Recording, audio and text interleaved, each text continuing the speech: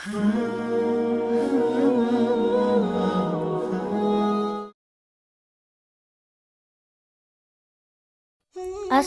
alaikum wa rahmatullahi wa barakatuhu, friends.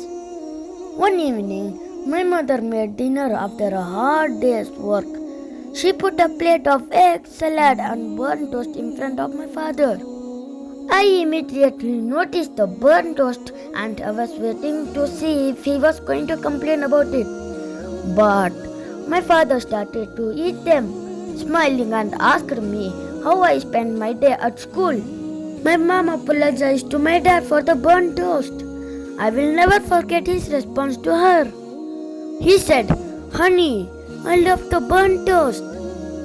Later, when I went to bed and my dad came over to kiss me goodnight, I asked him if he really liked the burnt toast. He hugged me and said, "Your mother has had a difficult day and she is really tired.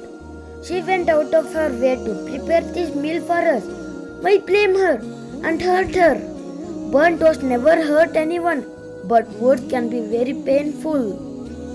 We have to know how to appreciate what others do for us, even if it's not perfect, because it's the intention to do well that counts and no one is perfect." Abu Hurairah radiyallahu ta'ala anhu reported that the Messenger of Allah, peace and blessing be upon him, said, "The most complete of believers in faith are those with the best character, and the best of you are the best in the behavior to their women."